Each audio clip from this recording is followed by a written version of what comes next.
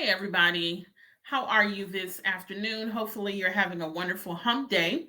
Just wanted to jump on here and give you some feedback concerning a topic that I am noticing is popping up a lot more lately. So, I wanted to jump on here and kind of help you with some tips and some techniques to help yourself when it comes to this particular topic. So, of course, let me know you're here by saying, hey, also, if you're watching the replay, type in the comments hashtag replay. And that way I'll know you were able to watch the video. So, welcome to Constructive Tips with Chris. I'm your facilitator, Crystal Lockett Thomas. I'm a licensed professional counselor, a parent coach, and I am here to empower you in your efforts to parent your teens, your tweens, and your young adults well. I'll be going live each week in order to drop some gems and give you some techniques and tools to help you with connection, consistency, and communication. All right. So say it with me now. No child is perfect. My child should not be perfect. And also, no parent is perfect. I don't strive to be perfect. I strive to be effective. That is what we're looking for in this day and age. Okay. So, what's this topic that I'm talking about? What is it that I'm wanting to, give you some feedback on? Well, I want to talk today about what you can do when you and your spouse, your partner, your co-parent, whoever that may be, what can you do when you guys disagree on parenting? What are some things that y'all can do in order to come to a happy medium, create a merger, come up with a concise plan that helps y'all not argue about how you should be parenting your kids, okay? So this particular topic is really helpful for those of you who have partners who were raised differently from you, because that's typically what happens. One is, maybe raised by a nuclear family as far as mom and dad. One, you may have find a family where the partner or the parent was raised by just a single mom or a single dad or maybe grandma. And so you'll find that there's some issues or sometimes hard times or challenges with merging your parenting ideas, your ideologies, your particular styles. Okay. So I think it's important for y'all to listen, especially if you've noticed your partner has a different style or a different way of thinking when it comes to parenting versus you. The other thing that this I find is this topic is helpful for blended families, okay? Because you're bringing your children into the marriage, into the family. They may be bringing their children, into the marriage and into the family. And so you both, as the heads of household, the spouses, if you're in a blended family or if you're even in a cohabiting family, y'all have to figure out what's going to work for our blended unit, right? So I feel like this topic is definitely helpful for you guys as well. So here's what I want you to consider and think about when it comes to you and your partner disagreeing or having different parenting ways or styles, okay? The first thing you need to know is you need to know what your particular parenting style is. And they need to know what their parenting style is so y'all can cross-reference and see where we stand. So for example, if you are more authoritative, which means I get input from my child in order to make a decision. I let them have a voice. I don't mind if they disagree with certain things as long as it's respectfully. They can kind of have their input. Authoritative is I may compromise, but then let's just say your partner is more permissive, which means I don't enforce consequences. I let a lot of things slide. No problem. It's all good. I know you didn't mean it. We'll just, forget this and brush it under the rug. You will find that if you have two different parenting styles, that is going to be the main source of your conflict. So what you need to do to alleviate that conflict is to know your parenting style. I'm going to give you a link that will help you figure that out. And what I would want you to do is you take the quiz on your own, as well as your partner take the quiz on their own, and y'all come to the table together, just you and them, and you guys see where y'all merge, where y'all are totally opposites, so that way you can have a foundation of understanding concerning your parenting style, okay? That's number one. The second thing that I would do is, if you and your partner disagree or have differences of opinion on how you should parent your children, I would need for you, or would recommend for you, to discuss with one another where your parenting style comes from. Where is it stemming from? What's the root cause of why I feel I should be more permissive versus enforcing rules, right? And typically it comes from the way that we were parented, or we do something opposite based on how we were parented. Okay. So let's just say, for example, if your partner is more permissive and they let a lot go, they let a lot slide, they don't enforce the rules, they kind of, let things go quite easier, then potentially it means that they were raised that way, or it means that they were raised in such a strict household that they grew up and said, I'm not going to ever parent my kids the way that I was raised, and so I'm going to take the opposite effect. That's what typically happens, one of those two. Okay, so you need to kind of discuss with them where your parenting style comes from. Discuss that with one another, and then also what worked in the way that you were raised, what did not work in the way that you were raised.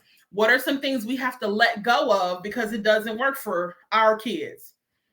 What are some things we have to let go of because it didn't work for us and we don't want to perpetuate that with our kids? Okay, so that's the second thing that I would recommend as far as y'all's discussion. Then number 3, a technique that I would use is, once I understand my parenting style, once I get an idea of where it comes from, then I need to come up with 2 to 3 options that fit a specific scenario that I'm trying to figure out and trying to merge with my partner.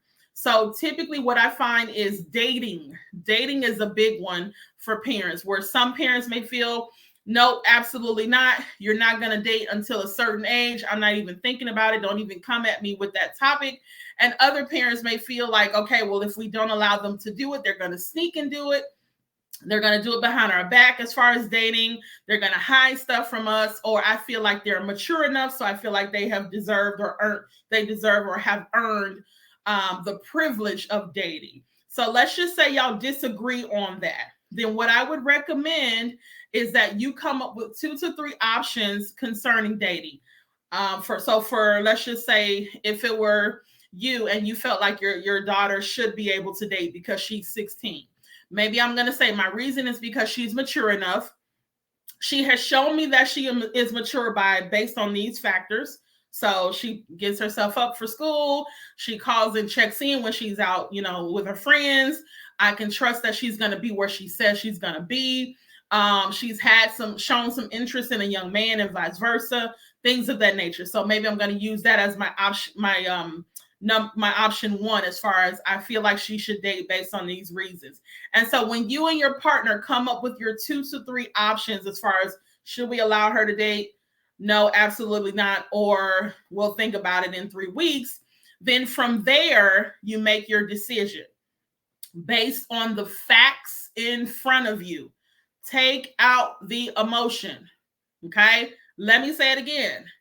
Take out the emotion. Emotion will always make you make decisions that may not be beneficial for you if you utilize that only as your reasoning or way for making a decision. I need you to use logic, okay? So logistically speaking, if my daughter is 16, I feel like that's a good age, but also logistically speaking, the evidence shows that she's honest, she has integrity, she makes good decisions, she has good choices in friends, she seems to have good choices in young men. She's talking to me about how she can be a young lady on a date and what young ladies do and don't do. Those are going to be my 7 pieces of evidence, if you will, to say, yes, let's go ahead and try it, do a trial run, let's see if she's ready, and give her the opportunity to date versus absolutely not, I'm not even thinking about it. Okay, so you would make your decision based on the logic and the evidence at hand. Yes, you can get emotional. Oh my God, my baby, this world is crazy. I don't know what people are going to do. Yeah, you can be like that. Yeah, you can lock her in a dungeon and say you're never going to date until you're 25. Absolutely not. But what is that going to get you? Right? What is that going to create? Like I said, maybe that may make her be more mischievous or sneaky or what have you. So you want to kind of use the logic and the evidence at hand to help you make your decision. So let's just say, for another example, you and your partner cannot agree at all. Y'all both have logistical points. You both can see one another's side, but you can't come to a unit or a formal agreement with one another. You're kind of torn. What I would recommend or encourage, if you cannot agree, first I would ask God. I'm a Christian. I'm a person that believes in God. So I would ask God, Lord, what is the best way for me to proceed when it comes to this particular decision, whether it be allowing my daughter to date, allowing my son to drive, allowing them to go, to prom, or allowing them to go to the cabin for the weekend with a chaperone, whatever that may look like. God, what do you feel is a good decision? Or what should I be mindful of, in order to make sure that I make the right decision? If you're not a spiritual person, if you don't, utilize religion, then I would use a trusted third party, someone who's always going to give it to you straight, someone that is unbiased, someone that has your and your child's best interests at heart. Okay, I will use that third party in order to decipher which decision we're going to make as a partnership between me and my partner, since we are at an impasse and we cannot come to a formal agreement. Okay. The other thing that you can do, along with asking God or the third party, I would ask the kids' input. Hey, girl. Hey, daughter. You 16 now. I hear you want to date. Why should I let you? Why should I allow you to date right now? What have you shown me thus far that gives you reason to believe that you're ready for dating? You might want to get their input in order to see what they have to say. And maybe there's some pieces that you didn't even think of. And your teen or your child is able to tell you what are some things that they feel allows them that privilege of dating. Okay. So you want to go from that and then trust, make your decision, trusting your village. God is part of your village if you're a religious person. If not, your third party, person that is always going to give you good information, good advice, good, solid, reasoning to help you make that decision. And then you're going to trust your village and make that decision together as partners. Okay. The last thing that I would recommend is, if you and your partner disagree on how you should parent your kid, child, tween, preteen, teen, young adult, if they're still in your home, then what I would recommend is go with the other person's suggestion first. So let's just say that I am under the mindset that she should not be able to date until she's 18. But my partner is under the mindset that she should be able to date now, and he provides, valid reasons. What I'm going to do is I'm going to try his method first. Because again, partnerships between us is about compromise, right? So we can't be stubborn and stuck and staunch in our ways, right? So if my husband says, I think, our daughter is ready to go ahead and, date, she's proven certain things, I feel like she's ready, I'm going to go with his recommendation. And we will make the agreement to try it out for a time frame. So a month, 2 months, 3 months, and we will assess with our notepad in hand, figuratively speaking, if she is demonstrating that she is ready. Let's just say you go with your other partner's way and their preferred method. If it does work, then you both say, okay, this is working, I'm sticking with it.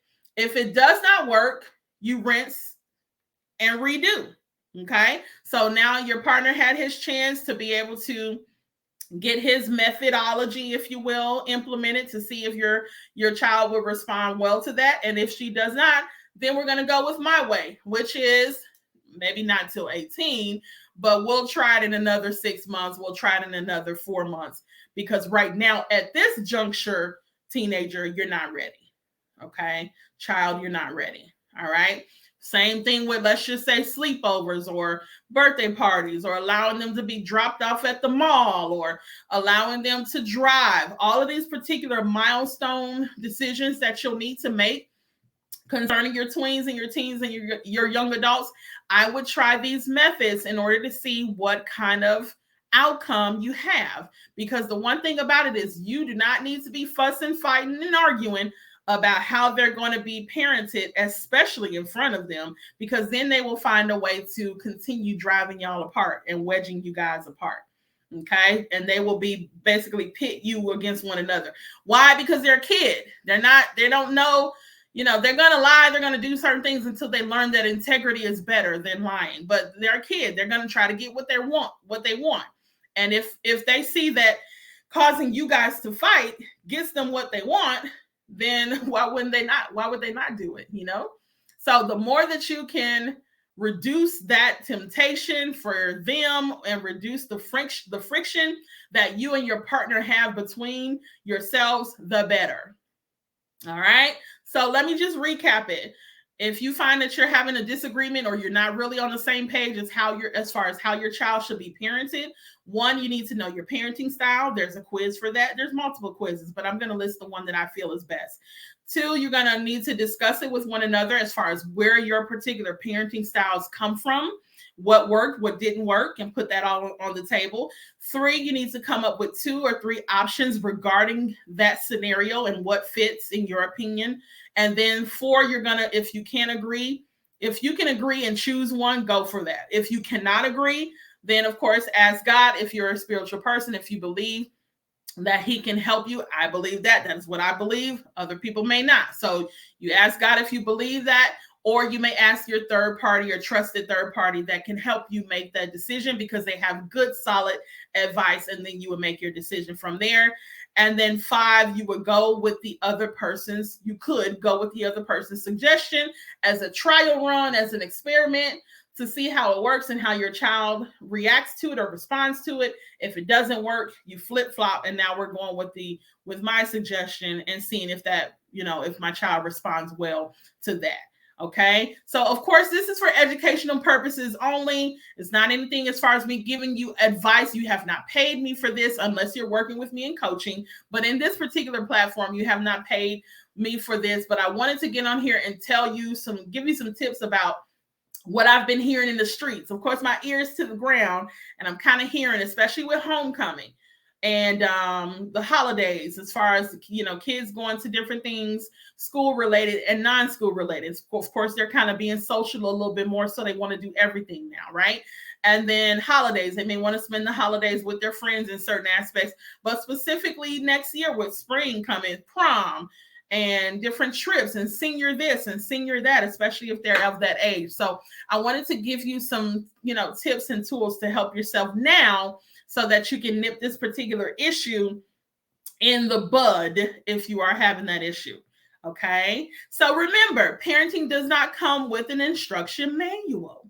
So if you feel you need more support in breaking down some of these behaviors and, reducing some of the clash and the conflict that you and your partner are having with one another, I'm more than happy to jump on a free 15-minute call in order for us to connect and give you a quick win in order to help you build that consistency, that communication, and that connection with one another, as well as with your tween, your teen, and your young adult. So I'm going to repost that link just in case you can't find it. I'm going to repost that link in the group as well, so that way you can find it easily. Last but not least, if you do see that you need a parent coach, you need some accountability, you need someone to kind of help you break down some of the parenting ways that you have because they're not beneficial any longer, and rebuild some different ways, and you feel like you would like for us to work together, I am more than happy to do that. So please DM me and I will send you the link for us to have a 30-minute clarity call just to kind of confirm or, get some ideas going for you to see if it is in your best interest and if it is a good fit for us to work together as well. So you have those 2 options. Feel free to use them. They are definitely there for your benefit. All right. It has been fun. It has been real. Thank you so much for listening. I will see you guys on the next go round. Okay. All right. Bye-bye.